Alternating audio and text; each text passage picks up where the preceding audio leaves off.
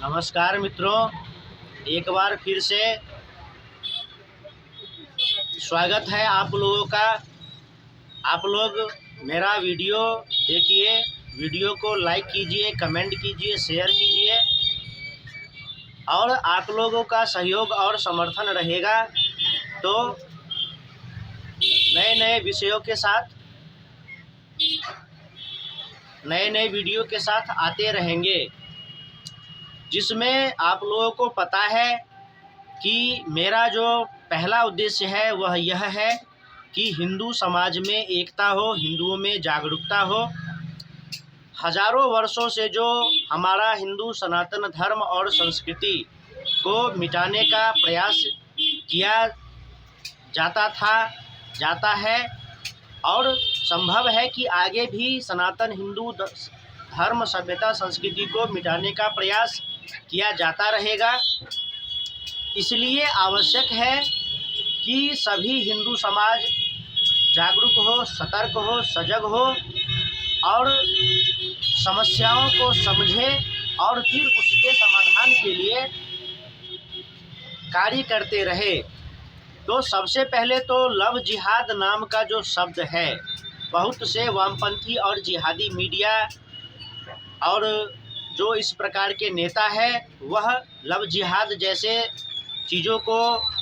नकारता है कि नहीं, लव जिहाद है ही नहीं। तो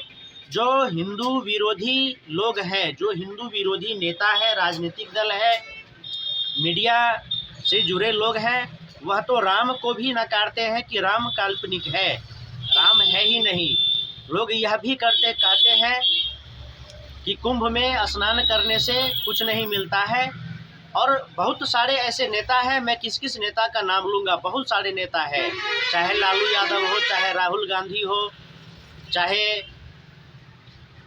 कुल मिलाकर के जो अभी महागठबंधन में शामिल है वह सब लोग और जिहादी वामपंथी नेता, मीडिया, यह सब लोग जो सनातन विरोधी है वह हमेशा सनातन विरोध में कार्य करते हैं, जो उनके बोलने और कार्यशैली से पता चलता है। तो इन सब बातों को रखना आवश्यक हो जाता है, बार बार रिपीट करना आवश्यक हो जाता है, क्योंकि क्षणिक राजनीतिक लाभ में जनता भी फ्री के चक्कर में पड़ जाते हैं और अपना ही नुकसान कर बैठते हैं। अब देखिए कि जैसे कि है एक टर्म है लव जिहाद। तो लव जिहाद क्या है? आप लोगों को पता होगा कि 1992 ईस्वी में अजमेर में सैकड़ों लड़कियों के यौन शोषण का मामला आया था, जिसमें कार्रवाई हुई थी। उस पूरे केस का अध्ययन हुआ था, सीबीआई जांच की गई थी। तो उसमें फारूक चिश्ती नाम का एक आदमी था जो उस समय कांग्रेस का, यूथ कांग्रेस का वाइस प्रेसिडेंट था, जिसने बहुत सारे हिंदू लड़कियों को अपने जाल में फंसाया, उनका यौन शोषण किया और सबका वीडियो बना करके, फोटो बना करके फिर उस फोटो के माध्यम से अन्य बहुत सारी लड़कियों का यौन शोषण किया, जिसमें नफीस चिश्ती, सलीम चिश्ती, सोहेल गनी, सैयद जमीर हुसैन, इकबाल भाटी, नसीम, ऐसे लोग थे, जिसमें बहुत सारे लोग अजमेर दरगाह के खादिम के परिवार से जुड़े हुए थे और यह अपने राजनीतिक रसूख के दम पर और अपने पावर के दम पर बहुत सारी हिंदू लड़कियों का यौन शोषण किया। और मामला तभी उजागर हुआ जब बड़े बड़े नेता और अफसर की लड़कियां फांसी लगा करके आत्महत्या करने लगी, तब जाकर के यह मामला खुला कि बात क्या है। तो मामला खुलना शुरू हुआ और पता चला कि बहुत सारी हिंदू लड़कियों का यौन शोषण हुआ है मुसलमानों द्वारा। और फिर केस हुआ, मुकदमा चला और 6 आरोपियों को उसमें सज़ा दी गई। यह 1992 की कहानी है और इसमें भी 30 से 32 वर्ष तक मुकदमा चला, उसके बाद सबको जाकर के सज़ा मिला।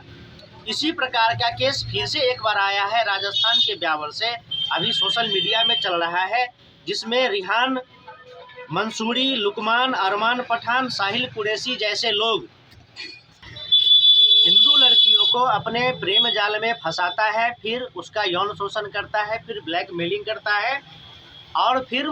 और फिर मत परिवर्तन करने का, धर्म परिवर्तन करने का दबाव बनाता है और यह खेल लंबे समय से चल रहा है। अभी आप एक फिल्म देख रहे होंगे छावा, उसमें औरंगजेब क्या करता है, कहता है कि तुम इस्लाम कबूल कर लो, नहीं तो मरने के लिए तैयार हो जाओ।